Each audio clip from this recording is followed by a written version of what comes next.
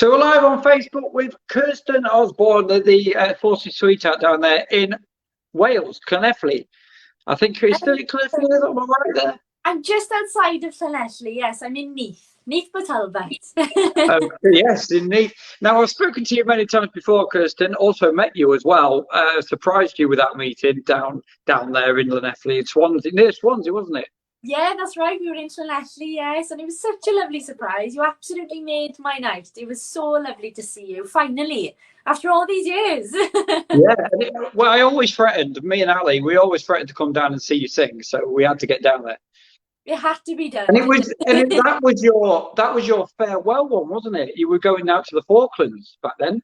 Yeah, that's right. Yeah, and it feels like so long ago now, and yet it feels like it was only yesterday. We had so much fun, and it was just the best way to have a little farewell party and one more night of raising some funds before I headed to the Falklands. So it was amazing, and then seeing you guys there as a surprise, it was the icing on the cake. It was brilliant. Yeah, it was a brilliant night as well. And one thing that happened there, which was quite amazing, there was a photo shot I was trying to get with your brother, and then you steamed in with a microphone. I was like, "Oh, okay." And you got right on the shot. I was like, "Wow, okay." I don't know when I'm going to attack you with a microphone. Exactly. Always there. Well, you're doing really well, aren't you, at the moment? And you're cracking along with your music career. It's going really well. I'm trying my best. It's been a bit of a roller coaster, I think, you know, to actually say it out loud and say that I haven't worked properly for nearly a year it's a bit strange and bizarre to actually say that. I don't know. And how's that been going? Because obviously you can't get out to the pubs and clubs. How's it sort of affecting you going forward at the moment? It's like I say, it's been a bit of a roller coaster, and I just, like the first lockdown, I focused myself on sticking to what I know best, you know, doing what I do normally, and I brought my shows to everybody else online by going on Facebook Live every Monday night. We had our sessions, and that really kept me going, and it kept my voice going too, and I was challenging myself to learn new songs, and that was very important. And I found that for a while before lockdown happened, I didn't really have the time to really sit and focus on my voice and train in my voice. So it gave me that, which was great. But of course, all of my cruises were cancelled, and my tours, my shows, everything was put on hold, which is just so heartbreaking. And we were really looking forward to visiting Ireland again, Scotland again. And of course the cruises in between, so it's completely put my life on hold really, but I'm just keeping myself focused, and I'm trying to prepare myself ready for when work does get back, and even if it's for another year or two, I'm hoping I'll be ready. And also as well, because you know, with the recordings, they've stopped as well, haven't they? Yes, yeah, because I was really hoping to get into the studio with Al Steele at Shabby Road Studios. I always work with him whenever I've created songs and albums, and I was really looking forward to getting back into the studio, but of course that was put on hold too. But I am now learning myself. I'm trying to teach myself how to use some equipment from home. So fingers crossed I can get some recordings out there. But in the meantime, I'm hoping to put up some, as I'm testing out the equipment and figuring out how to use it myself, I'm going to try and post some more things on my YouTube channel and just get some covers out on there instead. So fingers crossed I'll get them out to you soon. Yeah, good. And that'll be great to listen to. And also you've got your Songbird still out there doing well, the Songbird album. Yeah, yes, I remember that. I remember it well, because I used to play that stuff on Phoenix Hospital Radio as well, didn't I? Yes, of course. Yes. Again, that feels like yesterday that I released the album. It doesn't feel like it was that long ago. But yeah, it's still doing really well, and everyone's been so supportive throughout lockdown. And on my Monday night shows, I've actually met new people. So like, even though I haven't left the house for nearly a year, I've made so many lovely friends by doing Facebook Lives. And they've been kind to support me and buy my album. So that's been really nice. And you've been working really hard on them as well. I notice it's always from the Orsborn house. You're doing a lot of that. As you know, we're a team. It's not just me. It's never been just me. Osborn is a team. So yeah, it's really nice to have my parents involved. And the Monday nights for us, it kept us going and it gave us something to look forward to. And we dress up and have fun with it. So we miss doing the Monday nights, but I will be doing a show for everybody for Valentine's. So I'm looking forward to that. That'd be great. That'd be great. We've got David and Maxine listening at the moment. David is from Brazil.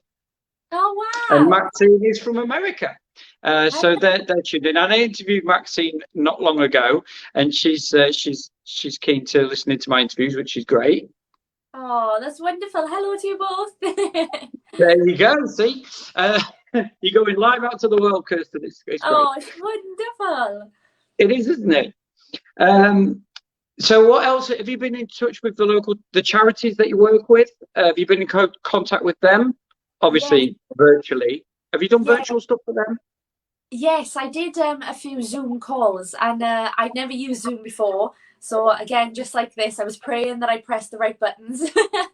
But yes, it's been important to keep in touch with them and see how they're getting on and how everybody's doing, if everybody's coping through this. And a lot of the charities that I support, of course, are supporting the veterans. And this has been a very tough time for the veterans.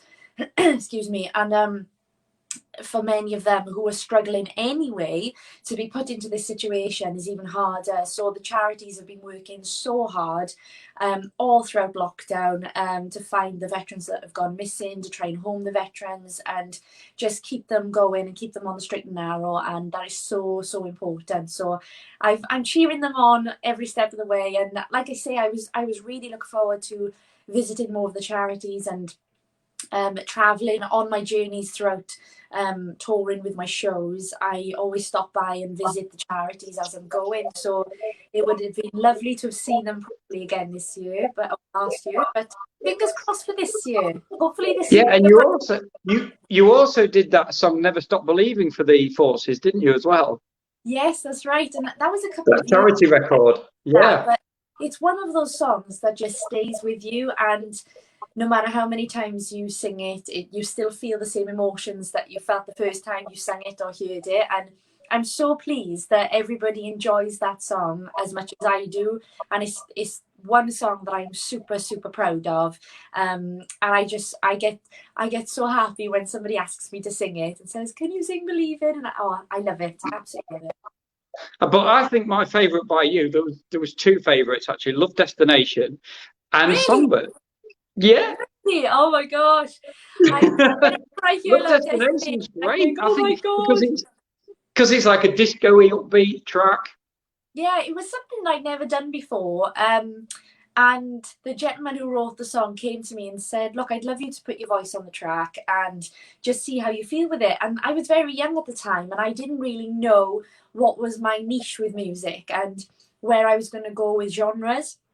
So we said, "I'll give it a go and give it a try. And then I can say that I've tried that style of music."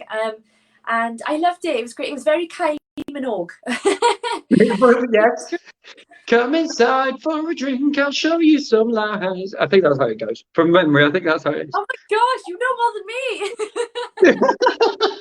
Well, not really. We've got some highs. We've got some hellos to say. Jennifer Thomas. I don't know if you know her. Oh yes, of course I do. Hi Jen, I hope you're okay. There you go. She's got you have got the voice of an angel. Oh. Yeah, you're amazing. Amanda Rogers, of course, we know Amanda. Hi, Amanda. Yes, and Ronaldo from Brazil. I think he's out there in Brazil as well. And he says Kirsten is a singer. Wow. Oh, there you go. That's so lovely. You're making new fans as it is. You're making new fans. I know it's amazing. Well, fingers crossed. I can. It'd be really nice. I always say that to those people who are in different countries that when I do get back to traveling, and especially on cruise ships, if ever I stop in the countries, then it's lovely to finally meet the people that we talk to over the internet. So it's really nice to meet other people from all over the world. It's wonderful. And you've got a good following as well. You do get heavily followed on your lockdown live shows. Oh, it's been wonderful. And as I say, we've actually made so many new friends. even though we haven't left the house, which has been wonderful. And we've all really kept each other going, and we tried to support each other through this because it's been so hard for everyone. And yeah, music, I've always said music is the best therapy, and music brings people together, and it's that just shows, it's completely shown that through this tough time with everybody, because music did keep us going, especially through the first lockdown and the second. So music will be with us every step of the way throughout this. Oh, it will. It's like the life and soul of every party. It's great. Yeah, And we were talking about this this is an interesting concept, Kirsten. We were talking about this with Maxine in Canada the other day, saying, let's for a moment just imagine life without music. And we're going, what would it be actually like? Because the films wouldn't have any soundtracks. There'd be nothing to relate to. There'd be, and I thought about that, and I thought that's an interesting concept, isn't it? To think what life would be like without music, without the soundtrack. I can't think about. You can't. You can't, can you? You can't. It's just one of them things that's ingrained in us all, isn't it?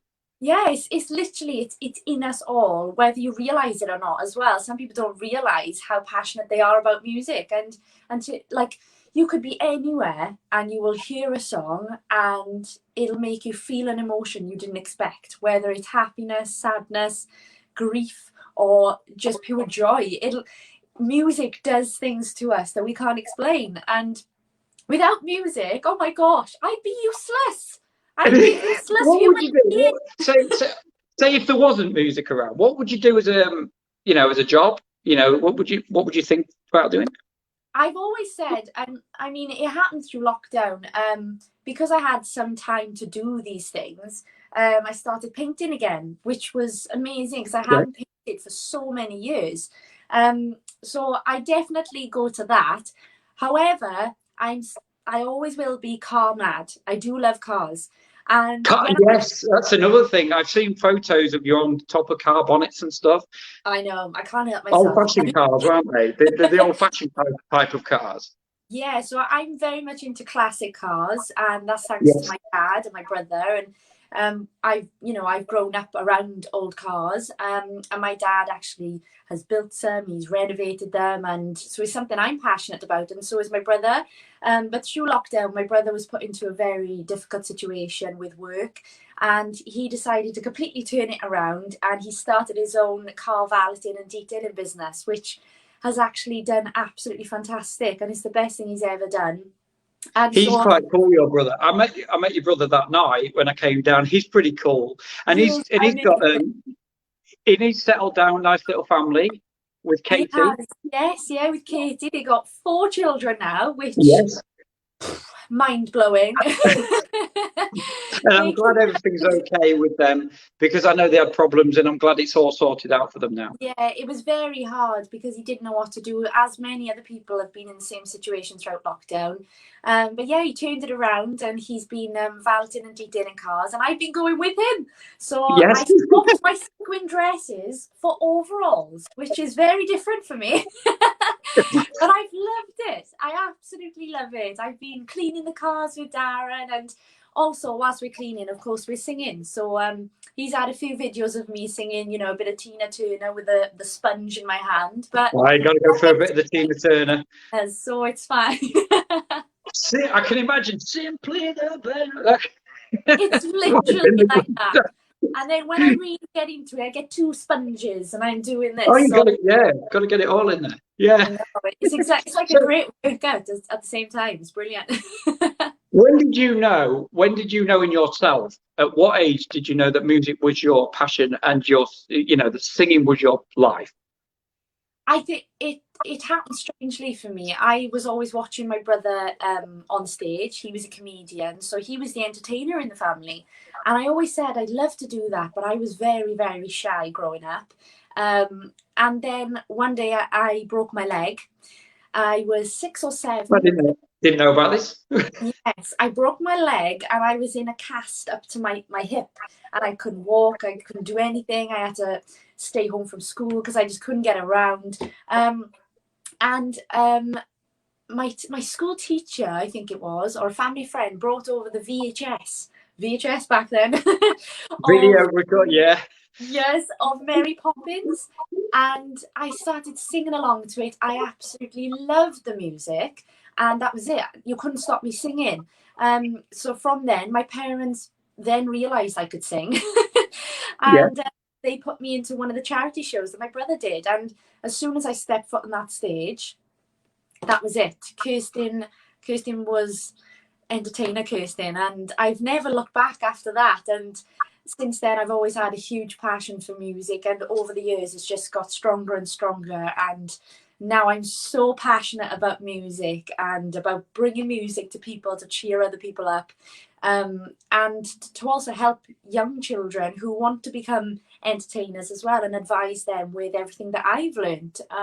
So yeah, it becomes a huge part of you when it's part of your everyday life. It's just, that's it. It's in you somewhere, and you just need to find it. And the other thing is, what would you say to youngsters now who, if they're watching and wanting to sing, what advice would you give them? Any sort of tips? I think the best advice that I like to explain to people is something that I learned is you could be an incredible singer and have such a beautiful voice, but it's all about experience.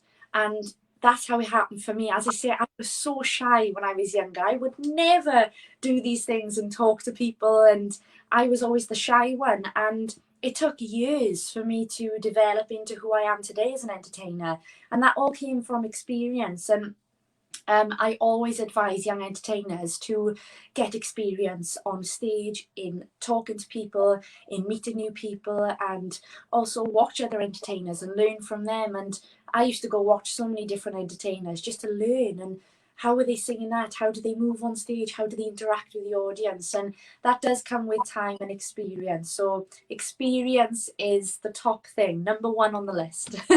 Well, that's a bit difficult with lockdown, isn't it? Getting out there to Oh, watch people sing it, because there's no festivals at the minute. There's none of that. yeah. But one advice that I would give is never give up. Oh, definitely. Never. Keep following that dream. Just never give up. Yeah. 100%. And that's why I say that it's not just me as an entertainer, it's us as a family, because I wouldn't be where I am today without the support from my parents, because the amount of times that I wanted to give it up, and people made me feel bad about myself, and I thought, no, I don't want to do this anymore. And my parents said, I remember sitting with my parents one day saying, I don't want to do this anymore. And they knew different. They knew that I did want to do it, but I was frightened, and they knew that I had a brighter future ahead in the music industry. And they said, there is no way we are letting you stop. Not that they were being pushy parents, they were being supportive parents, and they knew what was right for me. And I'm so grateful to them for doing that. So personally then, because you are a shy, well, not now, but you were shy then, and you was entering into this crazy music business, you knew you was opening yourself up to criticism then. How did you take that? I always struggled with it for many, many, many years. And I think the deeper you dive into the industry, the more you learn how difficult that side of it can be. Oh God, yeah. And Yeah. I struggled with it all through school, through college, and even today. There's always going to be somebody that hasn't got something nice to say about you. But now, over the years, I have realized that not everybody's going to be kind, and sadly, that's just fact. However, you can use those people and the things that they say to make you strive to do better, to prove them wrong, and for you to keep pushing yourself to do better and be the best version of yourself as you can possibly be. And so in some ways, I'm grateful to those people who knocked me down and still do today, because it just gives me more ambition to strive to do better and be better. And yeah, and you just got to blank them out at some point, and just be yourself and be proud of yourself in all of you, everything that you achieve. Even if you achieve something small every day, you've achieved something, and you should be proud of yourself in doing that. So. And what would you say is your proudest moment in your music career so far? Oh, there's so many things that have happened of course, one big thing would be becoming the Royal Marines sweetheart and the Forces sweetheart. I have my plaque actually up on the wall. Yeah, because you got it from Vera Lynn, didn't you? You got a signed thing from her. Yeah, so this is my signed photo and letter from Vera Lynn. Let me bring you close. This is the signed one from Dame Vera Lynn. And that is my pride and joy, which is why I have them here on the wall. And this is my plaque, which was given to me from the Royal Marines to show that I was officially sweetheart. And this was from the South West Wales Royal British Legion Poppy Appeal to show that I am their official Forces sweetheart. So, of course, those things for me are top of the list and are very proud moments for me. But also a big thing for me and a big dream of mine in my career was to perform on the cruise ships. And everybody's got their aim and something that they want to reach for. And my personal aim has always been to work on the cruise ships as a headline act. And when that finally happened, when I signed the papers in the contract with my agent at the time, I couldn't believe it was happening. I thought, oh my gosh, this is crazy. And then when I went on our first cruise 2 years ago, it was the best experience of my entire life and a trip I'll never forget. I made amazing friends and I was really looking forward to experiencing more of it throughout last year. I was very lucky to have got a cruise in the January, and then I arrived home and we went into lockdown. I know, it's such a shame. It's so sad. But I'm very much looking forward to getting back to it because in this industry, you never stop learning. There is always something new to learn, which I find very exciting, and it just keeps you on your toes. And that for me is incredible. So I can't wait. I was learning so much working on the cruise ship, so I can't wait to learn more and get back to it. Exactly. And I hope we do. Well, with this vaccine, it looks a good shot, that does. Yes, fingers crossed. I've got a message here. Can't go without saying hi to Andrea Morgan. And also, you've got, is it McGuigan Norman? The official Minds at War person. He says, keep fighting, keep pushing. The work that you do is outstanding. So proud that you are our ambassador.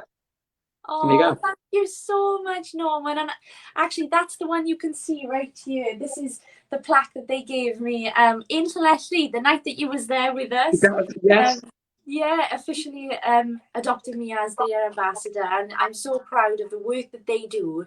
Is unbelievable. They've been constantly working throughout lockdown, as I said, looking for veterans that have gone missing, and they really put their whole heart and soul into helping the veterans, and I'm very, very proud to be a part of the team with you all. So thank you, Norman, sending you all my love. Yeah, and he's left a number here for people who are soldiers who want to get in touch with Official Minds at War. It's 0800 0209 716. 0800 0209 716. I feel like I'm on the news or something, just the banner going across the thingy there and reading out phone numbers. It's great. It is. It's so important as well, because some people are too afraid to ring themselves, but you can ring for a friend, whoever it might be. Any problems at all, they are there on that helpline. Yeah, that's great. So that's like a counselling for soldiers who have got PTSD in the war and stuff, which is a great service. Yes, it's wonderful. Wonderful. The work they do is incredible, and they really help to get the veterans back on their feet and to get them back on the straight and narrow. And it's very hard. I think I did meet a few of the team. I met Norman that night, and I think I met a few of the others. Yes, so, that's right. Yeah. Yes, and honestly, the team are just wonderful. They have hearts of gold, and it's a pleasure knowing them and working with them. So what have you got coming up now in the next couple of weeks or the next month? Have you got any new releases coming out? Or well, as I say, I'm trying my best to figure out the recording system that I have here. Yeah. So fingers crossed, once I get used to using it myself, I will be posting a lot of covers on my YouTube channel. So I really appreciate everybody's support to subscribe to my YouTube channel. Everyone's support means the world to me, and a lot of people have asked for more covers. Plus, my my grandmother is in a local care home, so of course we haven't been able to see her throughout all of this time, which has been hard, and she suffers with dementia. But they've been playing all of my videos from my YouTube in the care homes, and so we video call us, and she recognises me and she says, "That's the singer." So it's such an important thing, and they said please post some more. So I'll be posting lots now on my YouTube channel. So if anybody wants to subscribe to that, they'll be notified when I post. And then I will be bringing you some new songs, which I can't say too much about yet, but very exciting. Some new original songs and my album. I will be releasing an album as soon as I possibly can, once I can get down to the nitty gritty details of this technology in front of me here. Exactly, yeah. Now, I'm going to be a bit cheeky now. I can't let you go without hearing you sing. Oh my gosh, I didn't know this was going to happen. Sorry, it's very bad of me. Okay, just give us like a quick verse or something, or a chorus of something. Okay, let's do our beautiful Vera Lynn, because I hope we will meet again, and I think we're all hoping that, aren't we? And we will eventually. So let's do a little bit of that. Okay. I hope you can hear me as well. I don't know what the sound is going to be like this. Okay. I'll be seeing you in all the old familiar places that my heart and mind embraces all day through. In that small cafe, the park across the way, the children's carousel, the chestnut trees, the wishing well. I'll be seeing you in every lovely summer's day, in everything that's light and gay. I'll always think of you that way. I'll find you in the morning sun, and when the night is new, I'll be looking at the moon, but I'll be seeing you. Wow, awesome. Thank you very much. That was great. I know it's a bit bad of me. I'm sorry. I'm sorry. That sounded great. Amanda Rogers said you were awesome. So that's... Love you loads, Amanda. Thank you. Well, Kirsten, I'll let you, and thank you for giving us your time in this difficult time. Oh, it's a pleasure. Thank you for having me. It's so lovely to catch up with you. And it's so lovely to see another familiar face. Yes. And when I get back on the radio, hopefully, I'll be playing your songs again and giving you all support as usual. Oh, thank you ever so much. And hopefully I will have my new songs ready for you by the time you get back. Yeah, awesome. Thank you very much, Kirsten. Stay safe. Thank you so much, and you. Sending my love to you and all the family, and to everybody. Thank you very much. And same back to you. Take care, everyone. Okay, bye. Bye.